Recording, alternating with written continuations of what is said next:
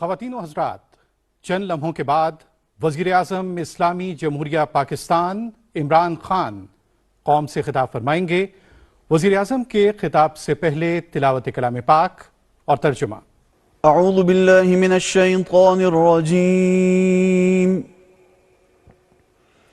بسم اللہ الرحمن الرحیم،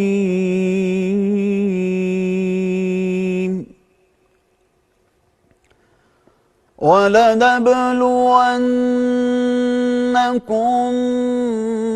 بِشَيْءٍ مِّنَ الْخَوْفِ وَالْجُوعِ وَنَقْصٍ مِّنَ الْأَمْوَالِ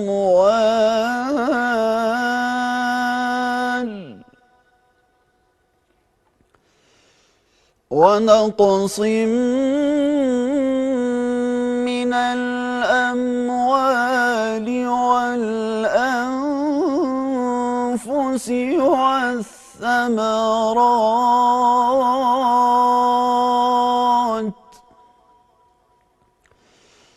وَبَشِّرِ الصَّابِرِينَ الَّذِينَ إِذَا أَصَابَتْهُم مُّصِيبَةٌ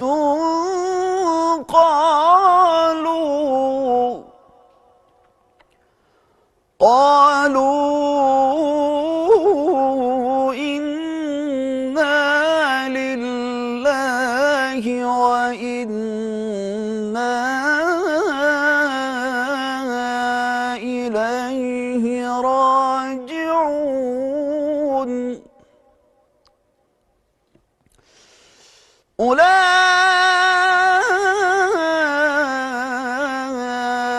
أولئك عليهم صلوات من ربهم ورحمة وأولئك هم المهتدون۔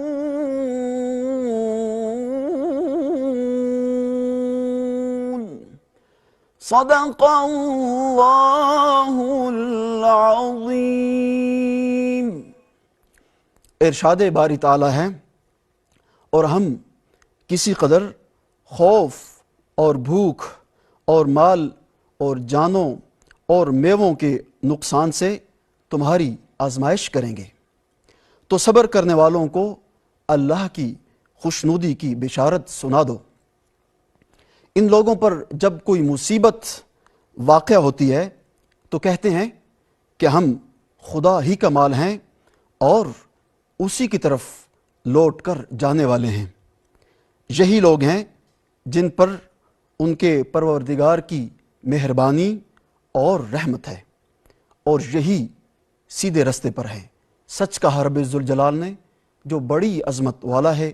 وآخر دعوانا ان الحمد للہ رب العالمین۔ خواتین و حضرات، وزیر اعظم اسلامی جمہوریہ پاکستان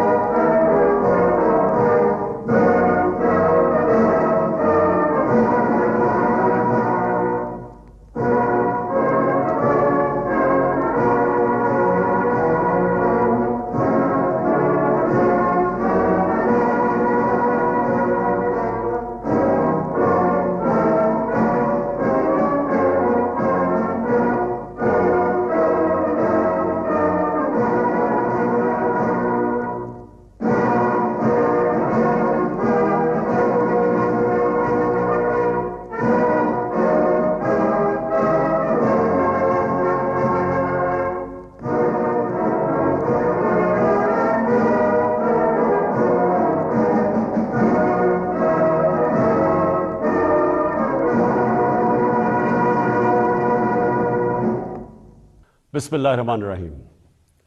ایاک نعبد و ایاک نستعین میرے پاکستانیوں، میں آپ کے سامنے آج حاضر اس لیے ہوا ہوں کہ دنیا میں بڑی تیزی سے صورتحال بدل رہی ہے اور اس کے پاکستان کے اوپر اثرات ہیں۔ لیکن سب سے پہلے میں شروع کرنا چاہتا ہوں پاکستان کی فارن پالیسی سے۔ میں نے 2 دورے کیے، ایک چائنا کا اور ابھی رشیا کا، روس کا۔ تو میں جو آج آپ کے سامنے سب سے پہلے بات واضح کرنا چاہتا ہوں وہ یہ کہ میرے ماں باپ ایک غلام ہندوستان میں پیدا ہوئے تھے، اور جب بھی میں بڑا ہو رہا تھا انہوں نے یہ احساس دلوایا کہ میں کتنا خوش قسمت ہوں کہ میں ایک آزاد ملک میں پیدا ہوں۔ اور جب سے میں نے سیاست شروع کی، بلکہ اس سے پہلے بھی، میری ہمیشہ یہ خواہش تھی کہ پاکستان کی جو فارن پالیسی ہو وہ آزاد ہو۔ اب آزاد فارن پالیسی کا کیا مطلب ہے؟ آزاد فارن پالیسی کا مطلب یہ ہوتا ہے کہ ایک قوم اپنے لوگوں کے فائدے کے لیے فارن پالیسی بنائے، وہ فارن پالیسی نہ بنے جو کسی اور کا فائدہ کرے اور اپنے ملک کو نقصان پہنچا دے۔ اور میں آپ کو اس غلط فارن پالیسی کی مثال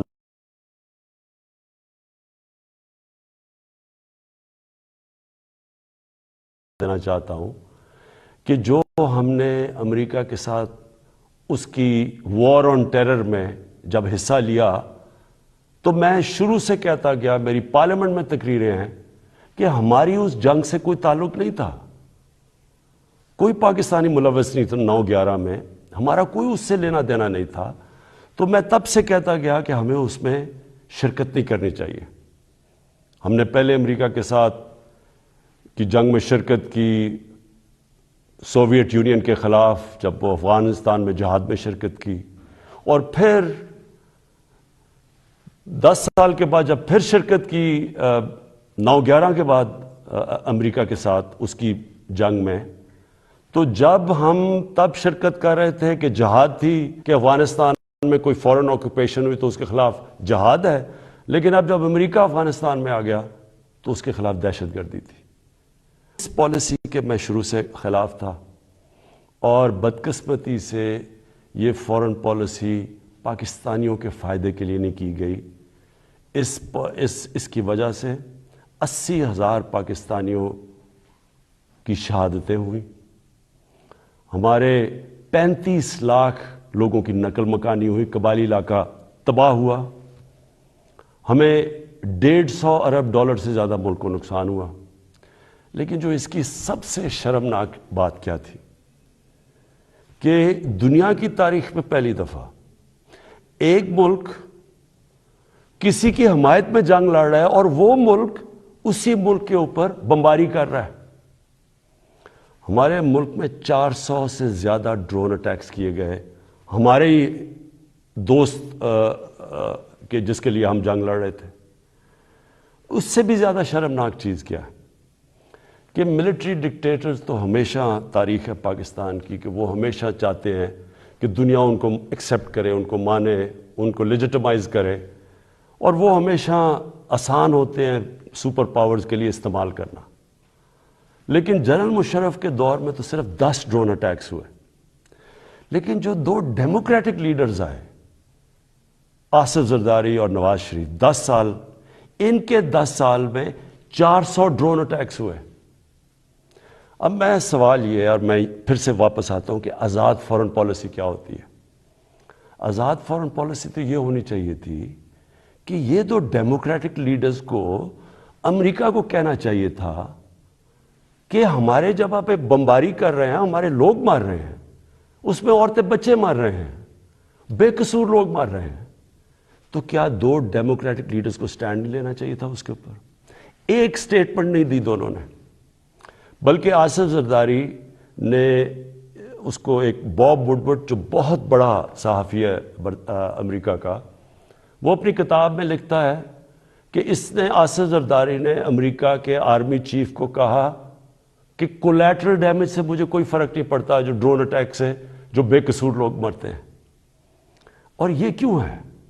میں صرف آپ کو اس لیے یہ شروع میں بات فارن پالیسی کی، یہ اس لیے ہے کہ جب ملک کے سربراہوں کے پیسے اور جائیداد ملک سے باہر پڑی ہوتی ہے، جب ان کے اربوں ڈالرز کی پراپرٹی اور بینک بیلنسز اور آف شور اکاؤنٹس ہوتے ہیں، وہ کبھی اس ملک کی بہتری کے لیے فائدہ نہیں کرتے، وہ اپنے پیسے بچانے کے لیے کرتے ہیں۔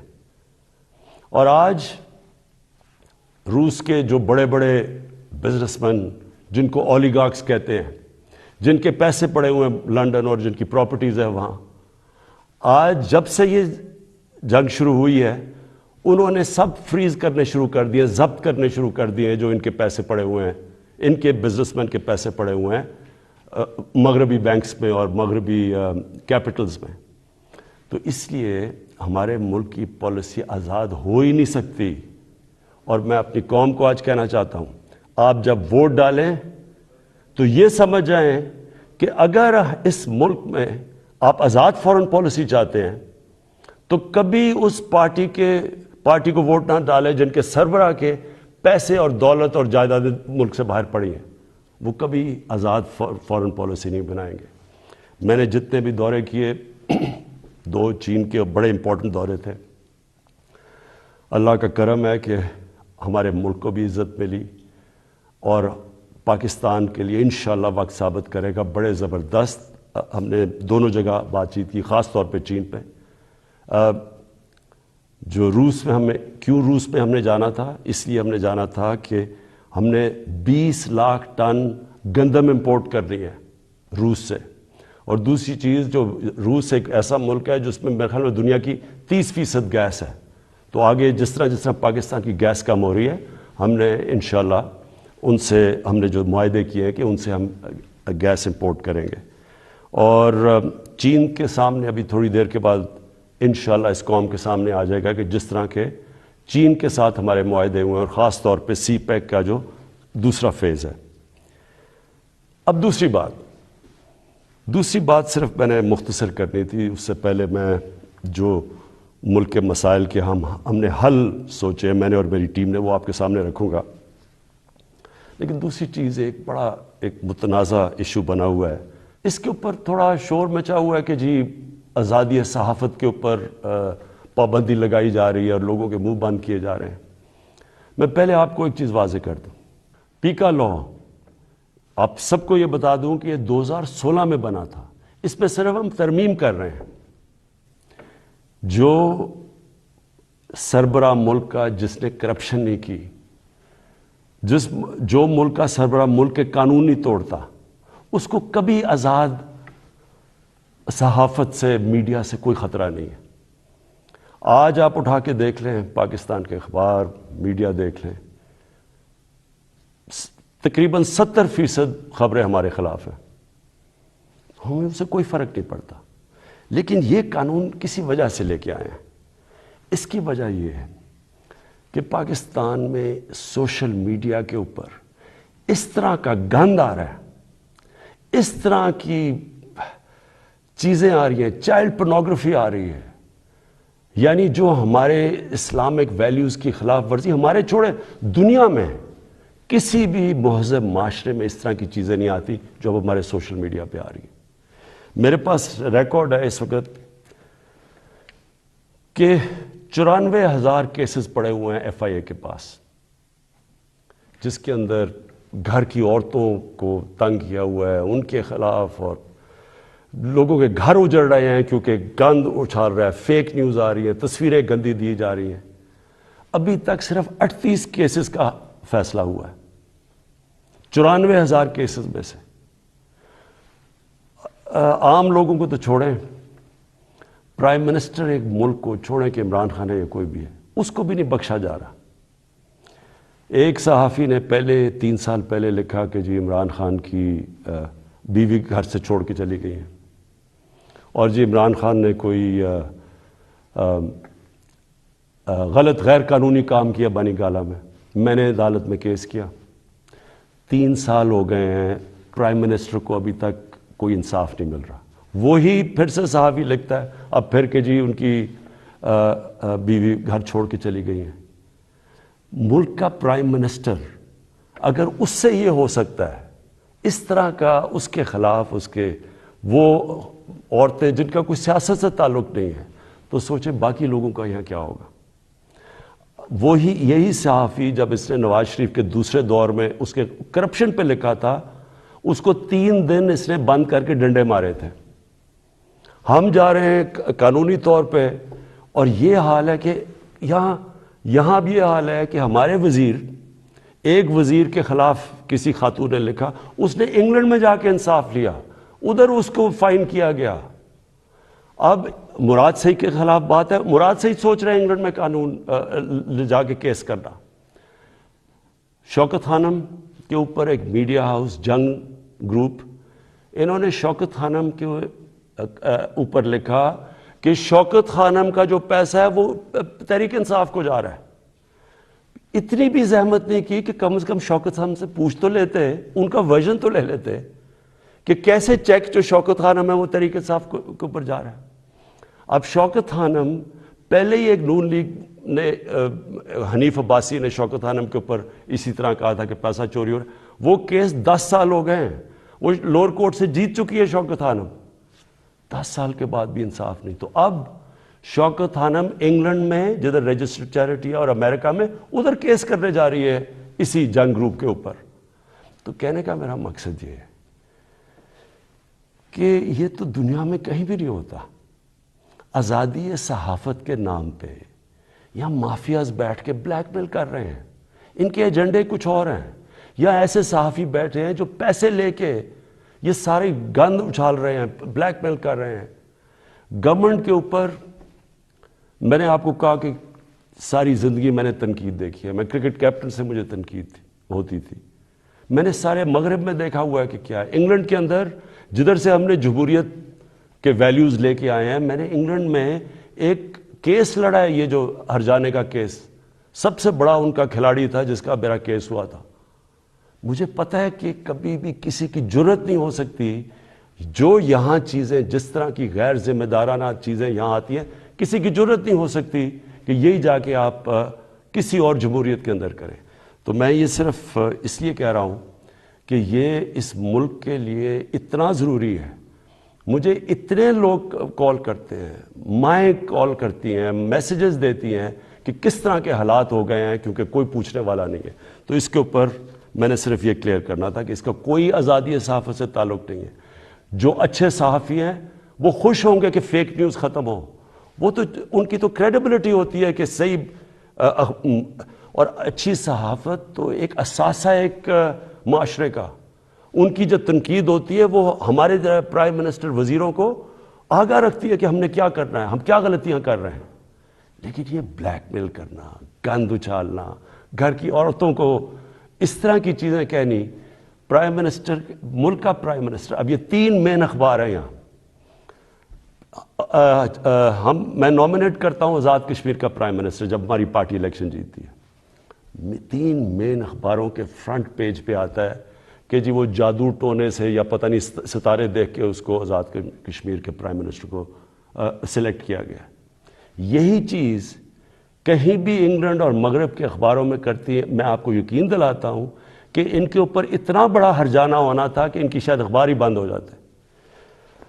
اب میں دوسری چیز پہ آنا چاہتا ہوں، کیونکہ میں آپ کو یہ بتانا چاہتا ہوں کہ ہم اب ہمارے جو حالات ہیں ان کے اوپر ہم نے اب کیا بڑی محنت کر کے ہم نے کیا تجویزیں سوچی ہوئی ہیں. تو سب سے پہلے کہ میں آپ کو صرف یہ یاد کرانا چاہتا ہوں، اور یہ ضروری ہے یاد کرنا، کیونکہ اگر تو مجھے سوئٹزرلینڈ کی اکانومی ملی ہوتی تو بڑا اچھا ہوتا. آج اسی پر بتاتے کہ وہ حالات تب یہ تھے تو اب آپ نے کیا کیا ہے. تو جب ہمیں اکانومی ملی تھی 2018 میں، جو سب سے بڑا پاکستان کی تاریخ کا خسارہ تھا، اندرونی بھی فسکل ڈیفیسٹ بھی اور بیرونی جس کو کرنٹ اکاؤنٹ ڈیفیسٹ کہتے ہیں، وہ پاکستان کی تاریخ میں سب سے بڑا ڈیفیسٹ تھا. ہمارے جو فورن ایکسچینج ریزروز تھے وہ مشکل سے 3 ہفتے کی بھی امپورٹس کے لیے کافی نہیں تھے. ہماری کئی باہر کی لائبلٹیز جو تھی ہم پیسے نہیں دے سکتے تھے. وہ پاکستان ملا تھا. اور اس کے بعد اتنے مشکل وقت سے نکلتے ہوئے اس کے بعد ہم کرونا آ گیا. اب کرونا کا میں صرف آپ کو یہ بتا دوں کہ یہ 100 سال میں ایک دفعہ اتنا بڑا کرائسس آتا ہے جو کرونا آیا. دنیا میں آپ دیکھ لیں کہ حالات کیا ہوئے. اچھی بھلی اکانومیز اجڑ گئیں. برطانیہ، ہندوستان جو بڑی تیزی سے آگے جا رہا تھا اس کی مائنسز میں گروتھ ریٹ چلی گئی. تو اس پہلے ہی مشکل حالات تھے. ہماری جو گروتھ ریٹ تھی وہ 0.2% بھی نہیں تھی. تو پہلے ہی برے حالات تھے، اوپر سے کرونا آ گیا. تو اس کرونا کے وبا سے جس طرح پاکستان نے ڈیل کیا اور کرتا آیا وہ میں ابھی بعد میں بتاؤں گا. لیکن اس کے بعد دو اور چیزیں ہو گئیں. جب کیونکہ پہلے تو کرونا آ کے لاک ڈاؤنز ہو گئے، اس کے اپنے مسئلے آئے. اس کے بعد جب لاک ڈاؤنز اٹھنے شروع ہوئے تو سپلائی لائنز افیکٹ ہوئی تھی. اس سے ایک کموڈٹی سپر سائیکل کہتے ہیں، یعنی جو کموڈٹیز تھیں وہ تاریخی مہنگی ہو گئی. اس سے کیا ہوا کہ دنیا کے اندر مہنگائی آ گئی، انفلیشن آ گئی. تو میں صرف آپ کے سامنے رکھنا چاہتا ہوں کہ اب میں صرف یہ اس لیے بتا رہا ہوں کہ ہم کوئی دنیا سے علیحدہ تو نہیں ہے نا. کئی چیزیں ہیں جن کو ہم امپورٹ کرتے ہیں. تیل ہے، گھی ہے، 70% امپورٹ کرتے ہیں. دالیں امپورٹ کرتے ہیں 70%. یہ ساری جتنی چیزیں تھیں، اور بجلی جو ہماری ہے وہ اگر آپ 60% جو بجلی ہے وہ امپورٹڈ فیول سے بنتی ہے، یعنی یا کوئلے پہ یا اب گیس پہ اور یا پھر تیل پہ. تو سب مہنگی ہو گئی. لیکن میں پہلے آپ کو بتانا چاہتا ہوں کہ جو ہمارے سے بڑے مضبوط ملک تھے ان کے کیا حالات ہوئے. سب سے پہلے امریکہ کی سب سے تکڑی اکانومی سمجھی جاتی ہے. 40 سال میں سب سے زیادہ مہنگائی امریکہ میں ہوئی. 5 گنا زیادہ وہاں مہنگائی ہوئی. یعنی امریکہ کے اندر 1.5% سے زیادہ چیزیں مہنگی نہیں ہوتی. یہ 10 سال تک اتنی رہتی ہے مہنگائی، 1.5%. وہاں مہنگائی پہنچ گئی 7.5% پہ. اس کے بعد کینیڈا، جو بڑا یہاں سے کتنا پیسہ خرچ کر کے لوگ کینیڈا جاتے ہیں اور کینیڈا کے شہری بنتے ہیں، 30 سال میں سب سے زیادہ مہنگائی کینیڈا میں آئی. اس کے بعد برطانیہ 30 سال میں 1992 کے بعد سب سے زیادہ مہنگائی وہاں آئی. ترکی میں 20 سال میں سب سے زیادہ مہنگائی آئی. اور میں صرف کیونکہ ہمیں سب سے زیادہ شور مچایا جاتا ہے کہ جی بڑی مہنگائی آ گئی، ہمیں گورنمنٹ کو ہٹا دو کیونکہ اتنی مہنگائی آ گئی. اب یہ میں نے جو آپ کے سامنے یہ فگرز رکھ رہا ہوں، یہ ذرا آپ کیونکہ سارے آپ چیک کر سکتے ہیں. آپ تو بڑا یہ زمانہ بدل گیا ہے، موبائل فون آپ کی جیب میں ہے. گوگل کریں کہ یہ میں ٹھیک کہہ رہا ہوں یا نہیں کہہ رہا تو آپ کو پتہ چل جائے گا. اب ذرا یہ سنیں، پیپلز پارٹی کی پہلے دور میں 71 سے لے کے 77 تک 13.9% اوسط مہنگائی ہوئی اس دور میں. پیپلز پارٹی کے دوسرے دور میں 88 سے لے کے 2 سال ان کی حکومت چلی، 8.3% مہنگائی ہوئی. پھر ان کے پیپلز پارٹی کے تیسرے دور میں 94 سے لے کے 96 تک 11.6% مہنگائی ہوئی. پھر ان کے 2008 سے 2012 کے دور تک 13.6% مہنگائی ہوئی. اب یہ ساری نوٹ کر لیں فگرز کہ ان کے 4 دور میں کتنی مہنگائی ہوئی. کہ صرف ایک دور میں، دوسرے دور میں 8.3 ہوئی تھی، باقی ساری 10% سے زیادہ مہنگائی ہوئی. نون لیگ پہلا دور 90 سے لے کے 93 تک 10.08% مہنگائی ہوئی. دوسرے دور میں 97 سے لے کے 99 تک 7.2% مہنگائی ہوئی. اور ان کا جو تیسرا دور تھا جس میں آپ کو یہ بتا دوں کہ سب سے کم تیل کی قیمتیں تھیں ان کے دور میں، تو ان کے 5% مہنگائی ہوئی. اور تحریک انصاف جس نے جو اٹھتا ہے کہ جی مہنگائی میں مر گئے، تحریک انصاف کی مہنگائی ہوئی 8 ہمارے جو ابھی تک 3.5 سال میں 8.5%. تو پہلے تو یہ ذرا واضح ہو جائے آپ کو کہ مہنگائی کتنی ہے ان کے مقابلے میں، کیونکہ وہ بڑا شور مچا ہوا جی گورنمنٹ گرا دو، جلدی سے گرا دو، کیونکہ لوگ پس گئے مہنگائی میں. پہلے ہاں ہے مہنگائی، اور میں اس کے اوپر ابھی بعد میں آنے لگا ہوں. لیکن ہم اس وقت مہنگائی آئی ہوئی ہے جو دنیا کے اندر مہنگائی کا سائیکل آیا ہوا ہے. اچھا جی، پھر تحریک انصاف دوسری چیز کہتے ہیں جی بڑی ہماری نااہل حکومت ہے.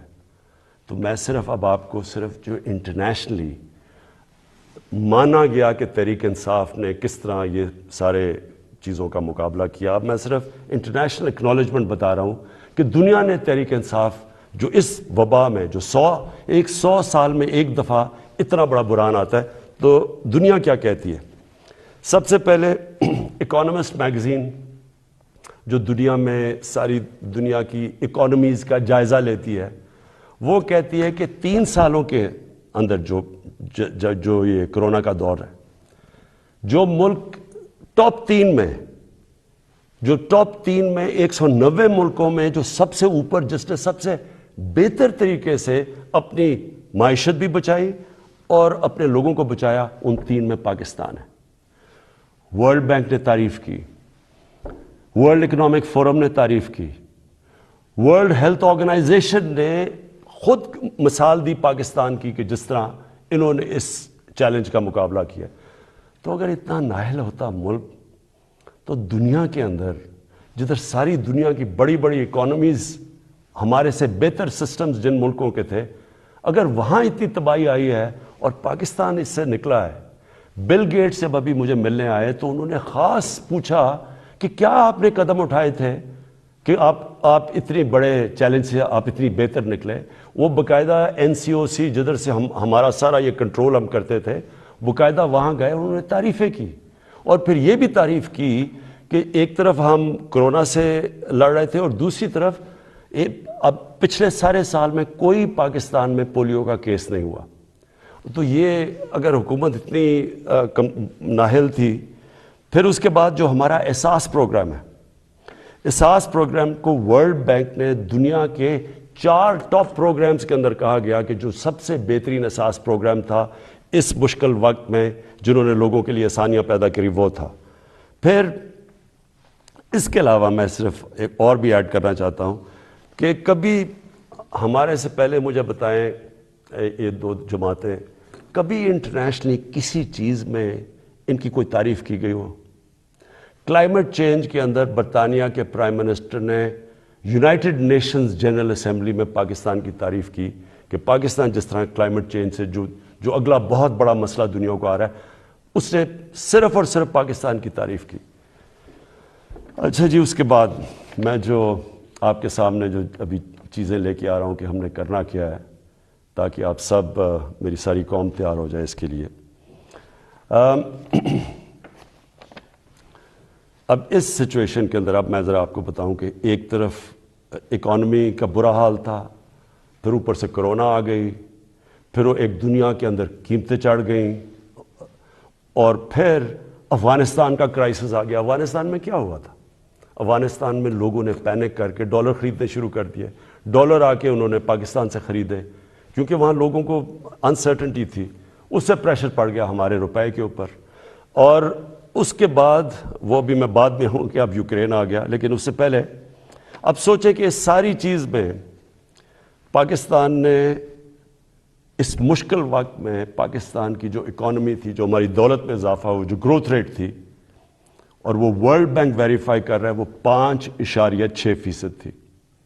5.6% نون لیگ کے آخری سال میں تھی، جب انہوں نے خسارہ کر کے، قرضے لے کے اور بڑے خسارے کر کے، جب انہوں نے جو ان کی بیسٹ 5ویں سال میں تھی، وہ تیسرے سال میں تحریک انصاف کے 5.6% تھی. یہ ہم نہیں کہہ رہے، یہ ورلڈ بینک نے ویریفائی کی ہے. اس کے علاوہ کیا ہوا؟ پاکستان کی دولتوں میں یہ کیسے اتنی زیادہ ہماری گروتھ ریٹ بنی؟ پاکستان کی تاریخ میں سب سے زیادہ ریمیٹنسز بیرون ملک پاکستانیوں نے بھیجی، 31 ارب ڈالر. یہ تقریباً 10 ارب ڈالر زیادہ تھی جو کہ ہمارے سے پہلے ریمیٹنس بھیجتے تھے. پاکستان کی تاریخ کی سب سے زیادہ ایکسپورٹس کی گئی. پچھلے 5 سال میں جو پچھلا نون لیگ کا دور تھا، ایکسپورٹس وہیں کی وہیں تھی. میں آپ کے سامنے ایک یہ رکھتا ہوں، یہ میں چاہتا ہوں کہ یہ ذرا آپ گراف دیکھ لیں. اس گراف میں آپ کو یہ نظر آئے گا کہ 2000 سے گراف ہے اور 2020 تک. اس گراف کے اندر آپ دیکھیں گے کہ یہ روانڈا اسی دور میں کدھر سے کدھر چلا گیا. ویتنام اس دور میں کدھر سے کدھر چلا گیا، چائنا اس کدھر گیا، ہندوستان کدھر گیا، بنگلہ دیش کدھر گیا، اور پاکستان سب سے نیچے. یعنی ہماری ایکسپورٹس بڑھی نہیں، اور جب تک ایکسپورٹس نہ بڑھیں وہ ملک آگے بڑھ ہی نہیں سکتا. تو ہم نے، مجھے اور فخر ہے اس چیز پہ کہ 38 ارب ڈالر کی پاکستان کی تاریخ میں سب سے زیادہ ہم نے ایکسپورٹس کی، ان سارے چیلنجز کے باوجود. پھر ہماری جو ٹیکس کلیکشن ہے، کوئی سوچ بھی نہیں سکتا تھا کہ جب لاک ڈاؤنز ہوئے ہوں اور اکانومی سلو ہوئی ہو، اس دور میں پاکستان کی جو ٹیکس کلیکشن ہے وہ 6000 ارب روپے سے زیادہ ہوئی. ریکارڈ ہے پاکستان کی تاریخ میں. اور یہ گروتھ تھی 31% ہماری ٹیکس کلیکشن کی گروتھ ہوئی. اور پھر سے میں ریپیٹ کرتا ہوں، یہ ساری جتنے بھی میں اعداد و شمار آپ کو دے رہا ہوں اپنے موبائل فون کے اوپر، یہ سب چیک کر سکتے ہیں. پھر جو 4 بڑی پاکستان کی فصلیں تھیں، گندم، چاول، شوگر، گنا اور مکئی، پاکستان کی تاریخ میں سب سے زیادہ ان کی پروڈکشن ہی نہیں ہوئی ان 4 کی، کیونکہ ہم نے پیکج دیے ہوا تھا اپنے کسانوں کو. قیمت بھی سب سے زیادہ ملی. تو صرف کسانوں کے پاس پہلی دفعہ 1100 ارب روپیہ اضافی پیسہ گیا کسانوں کے پاس. اور یہ اس سے کیا ہوا؟ کسانوں کے پاس جب پیسہ زیادہ گیا، ہم نے پہلے یہ شوگر ملز والے ان کو پیسے ٹائم پہ نہیں دیتے تھے، ان کی کٹوتی کر دیتے تھے، ان کو پیسے کم ملتے تھے، لائنیں لگی ہوتی تھیں ان کی، یعنی شوگر ملز کے باہر کسانوں کی.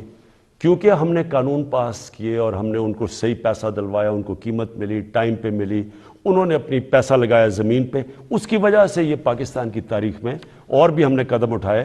کسان کارڈ ہے، لیکن اس کی وجہ سے ہماری اتنی زیادہ ریکارڈ پروڈکشن ہوئی. پھر ہماری جو لارج اسکیل مینوفیکچرنگ انڈسٹری تھی ان کو ہم نے انسینٹیوز دیے، 7.4% ادھر ہوئی. ہماری جو ٹاپ پاکستان کی 100 کمپنیز تھیں، انہوں نے 930 ارب روپے کا پروفٹ جو ریکارڈ کمایا، اس سے کبھی اتنا زیادہ پروفٹ ہی انہوں نے کمایا. اور میں چاہتا ہوں کہ یہاں لوگ بڑے بڑے منافع کریں تاکہ اور انویسٹرز آئیں، تاکہ اور خوشحالی آئے، تاکہ اور ملک کی دولت میں اضافہ ہو. پاکستان کا جو پرائیویٹ سیکٹر ہے اس کی کریڈٹ، یعنی انہوں نے جو قرضے لیے ہیں وہ پاکستان کی تاریخ میں سب سے زیادہ لیے، 1400 ارب روپیہ. اس کے بعد پاکستان کی جو ٹریکٹر سیل تھی یہ ریکارڈ ہوئی، 20% پچھلے سال سے زیادہ ٹریکٹرز بکے. ٹرکس 81% ٹرکس اور بسز زیادہ بکی پاکستان میں. ٹیکسٹائل کی ایکسپورٹ پاکستان کی تاریخ میں سب سے زیادہ ہوئی، 16 ارب ڈالر، اور ہماری مین ایکسپورٹ ہی ٹیکسٹائل ہے. تیل کی کنزمپشن، یعنی ہمارا جو تیل 15% بڑھ گئی پاکستان میں تیل کی کنزمپشن. کیوں؟ کیونکہ ایکٹیویٹی بڑھ گئی، بزنس ایکٹیویٹی بڑھ گئی. کنسٹرکشن سیکٹر کے اندر، کیونکہ ہم نے کنسٹرکشن سیکٹر کو اٹھایا تھا سب سے پہلے، اس میں 1500 ارب روپیہ کنسٹرکشن سیکٹر کے اندر گیا. اور جس کی وجہ سے آپ نے دیکھا کہ جو ہمارے روزگار، لوگوں کا روزگار بھی بڑھا. اور پھر جو ہمارا فورن ایکسچینج تھا، جو ہمیں سب سے کم فورن ایکسچینج ریزروز رہ گئے تھے، ہمارے 23.2 ارب ڈالر کے فورن ایکسچینج ریزرو، تقریباً پاکستان کی تاریخ میں سب سے زیادہ ہمارے فورن ایکسچینج ریزروز ہیں. لیکن ہم نے یہ فیصلہ کیا، میرے پاکستانیوں، ہم نے یہ فیصلہ کیا کہ ہم یہ سمجھ رہے تھے کہ یہ جو ایک دم قیمتیں اوپر گئی ہیں تیل کی اور کموڈیٹیز کی دنیا کے اندر، تو ہم یہ سمجھ رہے تھے کہ اب نیچے آنی شروع ہو جائیں گی.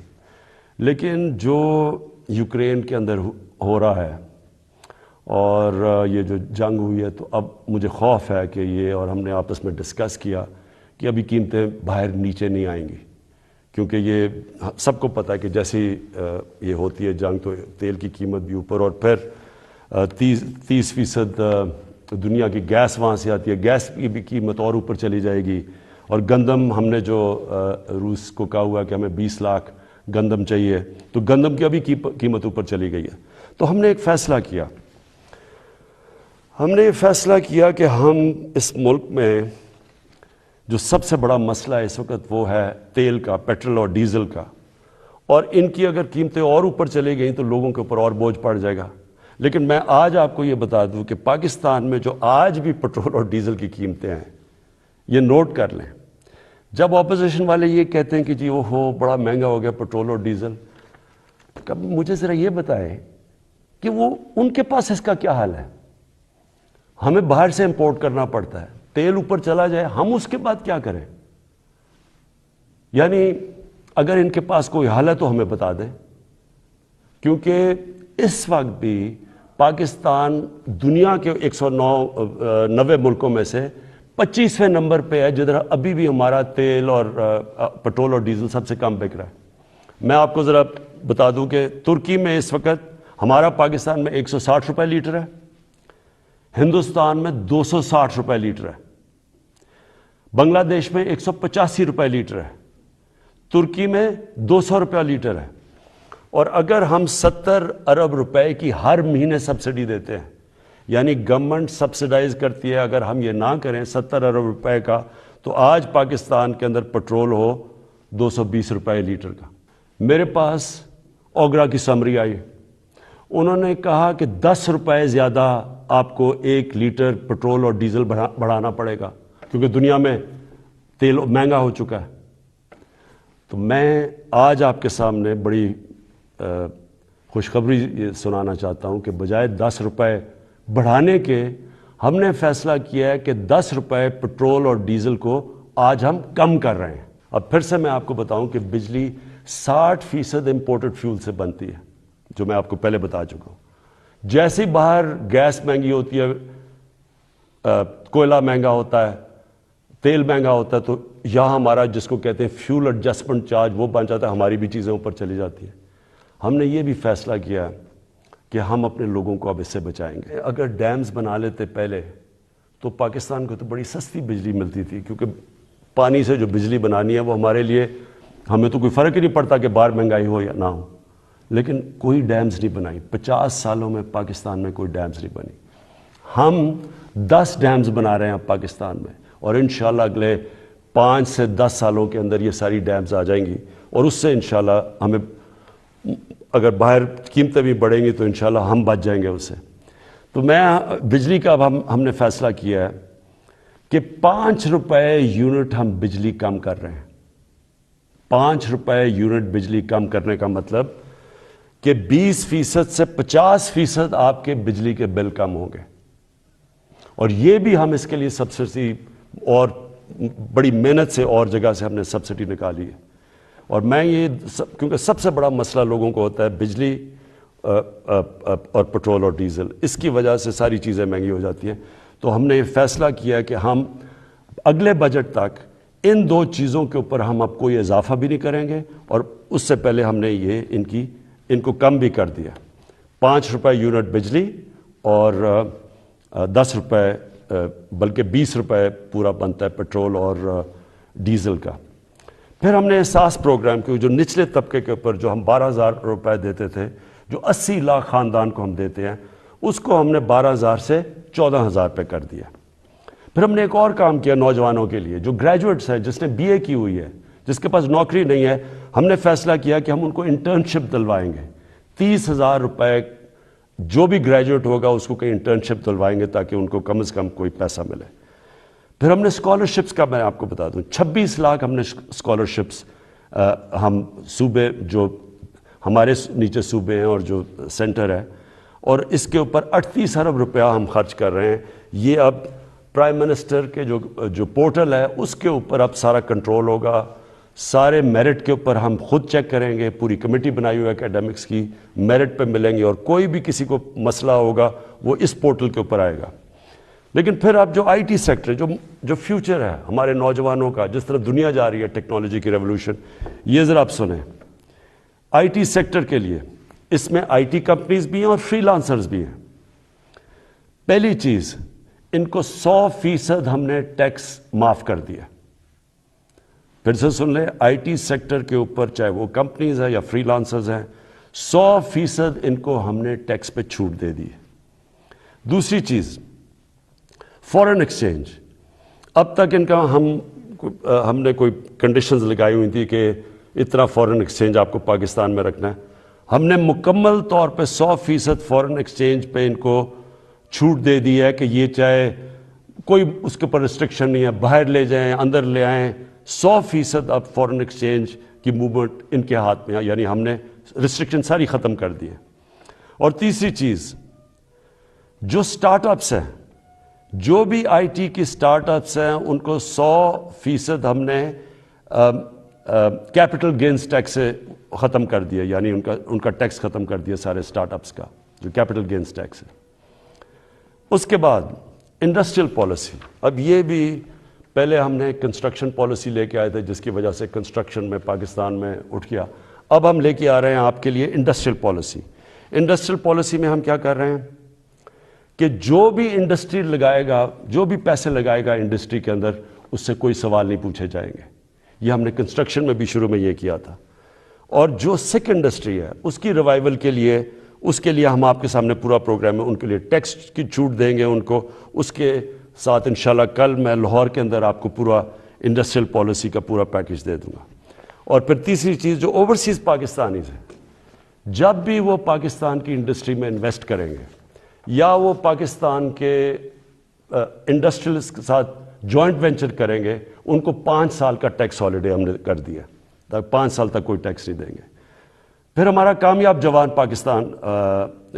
پاکستان پروگرام ہے، سود کے بغیر قرضے دیں گے بزنس شروع کرنے کے لیے نوجوانوں کو، سود کے بغیر کسانوں کو دیں گے قرضے، سود کے بغیر وہ اپنی زمین پہ پیسہ خرچ کر رہے ہیں، اور پھر سستا سبسڈائز، بالکل جو غریب لوگ اپنا گھر بنانا چاہتے ہیں ان کو بالکل سستا قرضہ دیں گے۔ پھر اور یہ 407 ارب روپے کے قرضے ہیں جو یہ ان 3 ایریاز میں جائیں گے، لو کاسٹ ہاؤسنگ گھروں کے لیے، کسانوں کے لیے اور بزنس کرنے کے لیے شہروں میں 407 ارب کے قرضے یہ اگلے 2 سال میں ہم دیں گے۔ پھر آخری 2 چیزیں، ہم نے، مجھے بڑا فخر ہے کہ ہم نے بڑی مشکلوں سے پاکستان میں بینکوں کو راضی کیا، ان کے لیے ان کے سارے جو آسانیاں پیدا کی، سبسڈائز کیا کہ بینکس چھوٹے لوگوں کو قرضے دیں۔ ابھی تک تنخواہ دار لوگ وہ ابھی تک ان کو بینک قرضے نہیں دیتے تھے، کمزور یعنی جو مزدور ہوتے ہیں، ویلڈر ہوتے ہیں، وہ کام کرنے والے، ان کی سوچ بھی نہیں سکتے اپنے لیے گھر بنانا۔ بڑی ہمیں 1 سال لگایا، ہم نے پوری ان کے لیے آسانیاں پیدا کی، گورنمنٹ نے سبسڈائز کیے قرضے، آسانیاں پیدا کی تاکہ اگر ایک آدمی اپنے گھر میں جو ایک کرائے کا گھر لیتا ہے، جو کرائے کے اوپر پیسے دیتا ہے، اسی پیسوں کی وہ قسطیں بن جائے اور اس کا اپنا گھر ہو جائے۔ تو مجھے بڑی خوشی یہ ہے کہ بینکوں نے اب تک اس میں 150 ارب روپے کے لو انکم غریب لوگوں کی جن کی آمدنی نہیں ہے ان کو دے چکے ہیں اپروولز، جس میں 50 ارب روپیہ ان گھروں کے لیے دے چکے ہیں، یعنی وہ کام شروع ہو گیا، گھر بننے شروع ہو گئے۔ اور آخر میں صحت کارڈ، مجھے سب سے زیادہ فخر یہ ہے کہ ہمارے جو صوبائی چیف منسٹرز تھے ان سب کو میں نے آگاہ کیا کہ یہ سب سے بڑی نعمت ہے ایک غریب گھرانے کے لیے کہ اس کے پاس ہیلتھ انشورنس ہو، جب بھی وہ ایک کوئی گھر میں بیماری ہو تو ان کو یہ خوف نہ ہو کہ ہم ہاسپٹل میں جا کے اپنا علاج نہیں کروا سکیں گے۔ اور پھر وہ کئی دفعہ گورنمنٹ ہاسپٹلز میں جاتے ہیں تو وہاں ڈاکٹرز نہیں ہوتے، اور خاص طور پہ دیہاتوں کے اندر ڈسٹرکٹس میں ڈاکٹرز نہیں ہوتی، نرسز نہیں ہوتی، اور وہ سارے شہروں میں آتے ہیں، دھکے کھاتے ہیں۔ یہ جو صحت کارڈ ہے یہ پاکستان کی تاریخ میں نہیں، یہ شاید ڈیولپنگ ورلڈ میں بھی، بلکہ ڈیولپڈ ورلڈ میں بھی اس طرح کا کہ آپ نے ہر گھرانے کو، ہر جو ہمارے صوبے ہیں سندھ کے علاوہ، کیونکہ پروونشل گورنمنٹس اس کا پیسہ دے رہی ہیں، ہر گھرانے کے لیے ہم انشاءاللہ مارچ کے آخر تک پنجاب میں ہر گھرانے کے پاس صحت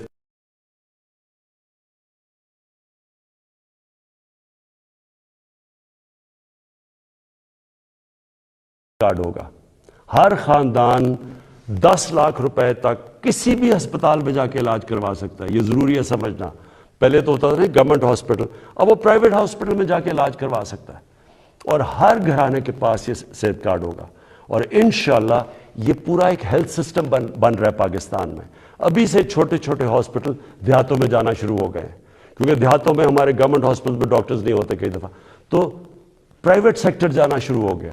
اور میری یہ خواہش تھی کہ پاکستان میں ایک پورا جال بچ جائے ہاسپٹلز کا، تو گورنمنٹ کے پاس تو کبھی بھی اتنا پیسہ نہیں آنا تھا، تو اب پرائیویٹ سیکٹر کے لوگ خود جائیں گے، کیونکہ اب ہیلتھ کارڈ ہوگا، غریب سے غریب گھرانے کے پاس بھی ہیلتھ کارڈ ہوگا، اور اگر ان کو گھر میں کوئی بیماری ہو وہ جا کے پرائیویٹ ہاسپٹل میں بھی اپنا علاج کروا سکتے ہیں۔